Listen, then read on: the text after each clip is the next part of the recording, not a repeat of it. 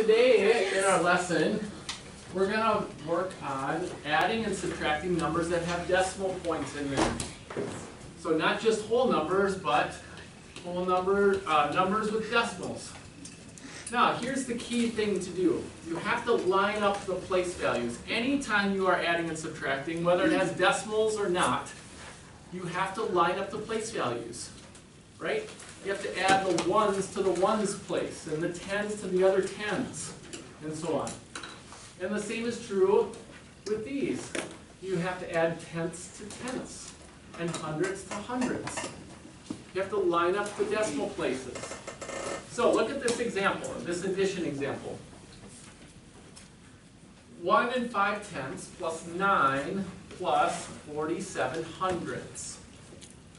When you're writing this down, you have to rewrite the problem so that the decimal points are lined up. So if we start with this one, 1.5 plus 9, this is 9 ones. So we have to put that in the ones place and put a 0 in so that we line up the decimals and line up the place values. You have to fill in the places with zeros when we need to. Then look at this. The last one is 0.47. Okay? Now, notice that all of the decimal points are in a line.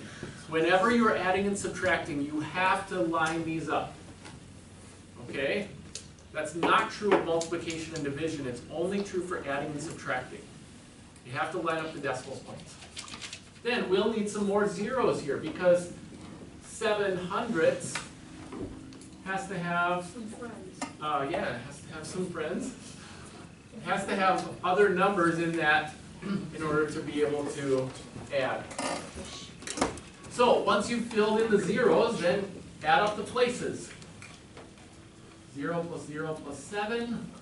5 plus 4 is 9. Bring the decimal point down.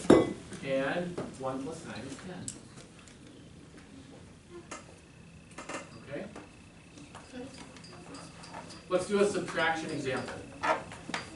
Here's why it's even more important to put in zeros, to fill in the places with zeros.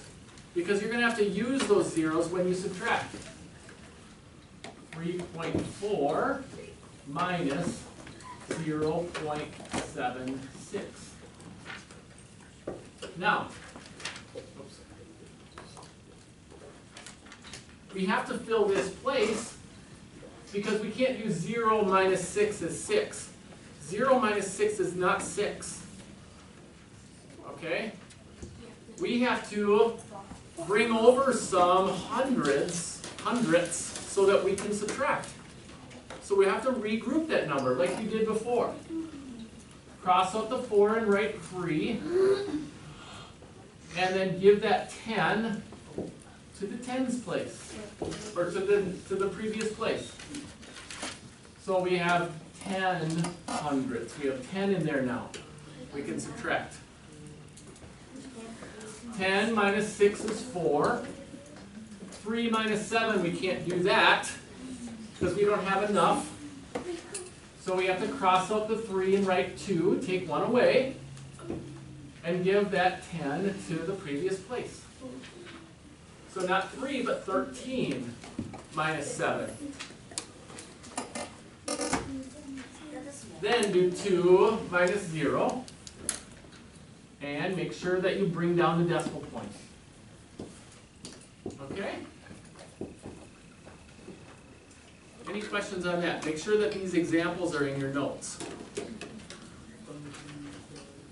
The decimal point always goes straight down into the answer when you're adding and subtracting. David? My dad taught me that when you do these kind of things, that it's always easier to just bring the decimal point right away so that then later you don't forget. So you don't forget. Yep. When we do multiplication, you'll want to do that at the end. But for adding and subtracting, that's a good idea. Okay. Any other questions?